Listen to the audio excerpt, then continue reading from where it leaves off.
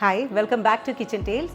ഇന്നത്തെ വീഡിയോയിൽ എൻ്റെ കൂടെ ഒരു സെലിബ്രിറ്റി കപ്പിൾ കൂടി ജോയിൻ ചെയ്യുന്നുണ്ട്, Jinu Joseph and Liya Samuel. They love seafood. അപ്പോൾ അവർക്ക് വേണ്ടി ഒരു സീ ഫുഡ് ബ്രഞ്ചാണ് ഞാൻ ചെയ്യുന്നത്.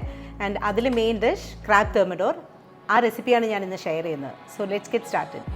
2 kg മഡ് ക്രാബിൽ നിന്ന് എടുത്ത മീറ്റാണിത്. ഓൾമോസ്റ്റ് ഒരു 500 grams ഉണ്ട് ഇത്. Crab thermidor is a mix of crab meat and white sauce. അപ്പോൾ നമ്മൾ ആദ്യം ക്രാബ് മീറ്റാണ് റെഡിയാക്കാൻ പോകുന്നത്. അതിനായിട്ടൊരു നോൺ സ്റ്റിക്ക് പാൻ ചൂടാക്കാൻ വെച്ച്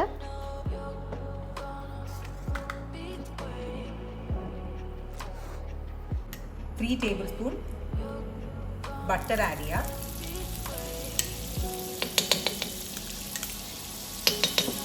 three tablespoon sunflower oil,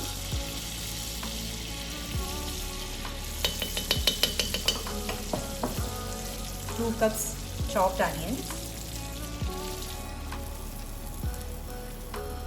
onions നന്നായി ബ്രൗൺ ആവുന്ന വരെ സോട്ടേ ചെയ്യുക.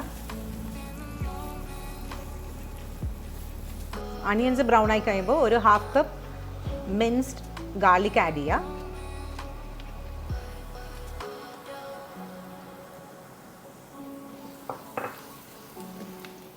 എഗെയിൻ സോട്ടേ ചെയ്ത് ഗാർലിക് ഒന്ന് സോഫ്റ്റൻ ആകുമ്പോൾ ലോ ഫ്ലെയിമിൽ വെച്ച് ഒരു 1/2 ടീസ്പൂൺ കൈൻ പെപ്പർ ആഡ് ചെയ്യുക.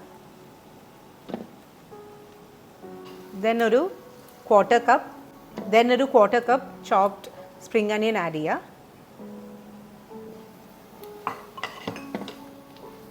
സോ ഇനി നമ്മൾ നേരത്തെ റെഡിയാക്കിയ ക്രാബ് മീറ്റ് ആഡ് ചെയ്യാം.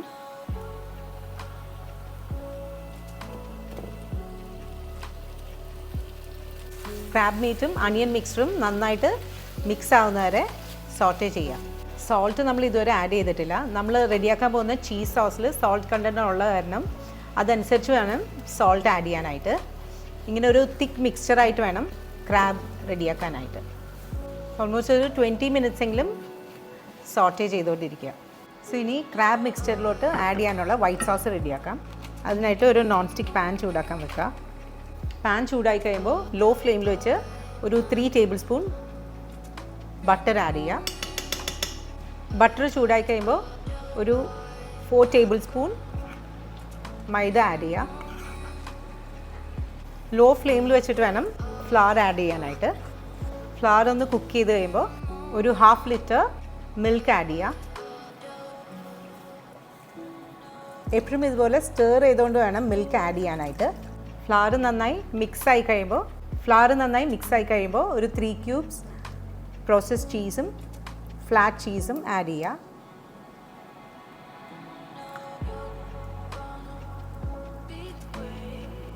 ആൻഡ് ചീസും മിൽക്ക് മിക്സ്ചറും നന്നായിട്ട് ബ്ലെൻഡ് ആവണ വരെ സ്റ്റർ ചെയ്തുകൊണ്ടിരിക്കുക.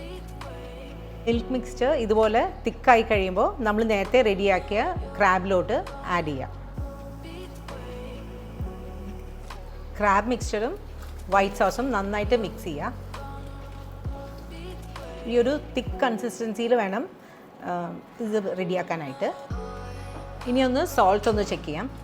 സോൾട്ട് ചീസിലൊക്കെ ഉള്ള കാരണം ഒരു പിഞ്ച് സോൾട്ടൊക്കെ ആഡ് ചെയ്താൽ മതിയായിരിക്കും. നന്നായിട്ട് മിക്സ് ചെയ്ത് ഒരു 3 ടേബിൾ സ്പൂൺ ഗ്രേറ്റഡ് പാർമസാൻ ചീസും കൂടി ആഡ് ചെയ്യുക. സോ ഇത് നമ്മൾ ക്രാബ് ഷെല്ല് വെച്ച് തന്നെയാണ് പ്ലേറ്റ് ചെയ്യാൻ പോകുന്നത്. മഡ് ക്രാബ് എപ്പോഴും ക്ലീൻ ചെയ്യുമ്പോൾ നമ്മളിപ്പോൾ തലേദിവസമാണ് റെഡിയാക്കുന്നത് വെച്ചാൽ അത് നന്നായിട്ട് ക്ലീൻ ചെയ്ത് ക്രാബ് ഷെല്ലും ഫ്രീസ് ചെയ്ത് വേണം യൂസ് ചെയ്യാനായിട്ട്. സോ ഞാൻ നേരത്തെ പറഞ്ഞ പോലെ ക്രാബ് ഷെല്ലാണ് ഇത് സെറ്റ് ചെയ്യാൻ പോകുന്നത്. അപ്പോൾ ഇതുപോലെ ക്രാബ് ഷെല്ലും നന്നായിട്ട് ക്ലീൻ ചെയ്ത് വേണം വെക്കാനായിട്ട്.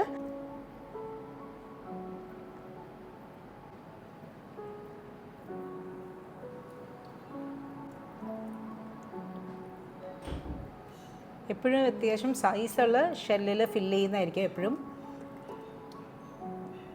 നല്ലത്. സോ ഇനി നമുക്ക് ഇതൊന്ന് ബേക്ക് ചെയ്യാം. സോ എപ്പോഴും ഗസ്റ്റ് വരുന്നതിനേക്കാളും കുറച്ച് മുമ്പ് ബേക്ക് ചെയ്യണമായിരിക്കും നല്ലത്. എപ്പോഴും ഹോട്ടായിട്ട് സെർവ് ചെയ്യണതാണ് ഈ ഒരു ഡിഷിന് നല്ലത്. മേലെ കുറച്ച് ബ്രെഡ് ക്രംസും കൂടി സ്പ്രിങ്കിൾ ചെയ്യുക.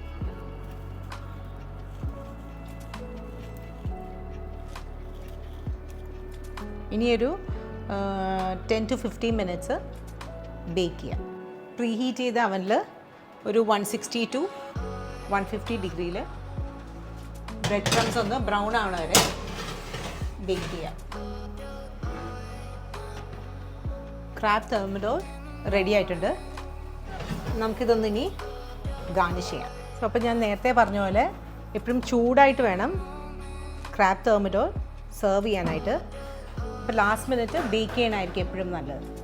ആൻഡ് എപ്പോഴും കുറച്ച് റിച്ച് ആയിട്ടുള്ള ഡിഷായത് കാരണം സോർട്ടഡ് വെജീസിൻ്റെ കൂടെ അല്ലെങ്കിൽ എന്തെങ്കിലും സാലഡിൻ്റെ കൂടെ സെർവ് ചെയ്യാനായിരിക്കും നല്ലത്. ഞാനിവിടെ സോർട്ടഡ് വെജീസിൻ്റെ കൂടെയാണ് സെർവ് ചെയ്യുന്നത്. സോ നമുക്ക് അതും കൂടി ഒന്ന് പ്ലേറ്റ് ചെയ്യാം. ഞാനിവിടെ സോർട്ടഡ് സ്പിനച്ചും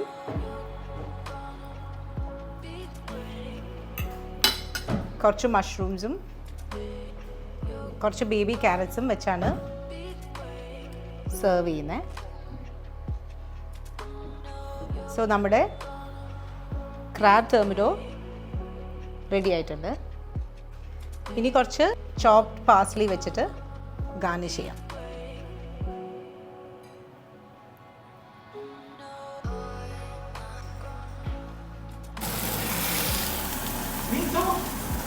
ഹായ് ജിനു.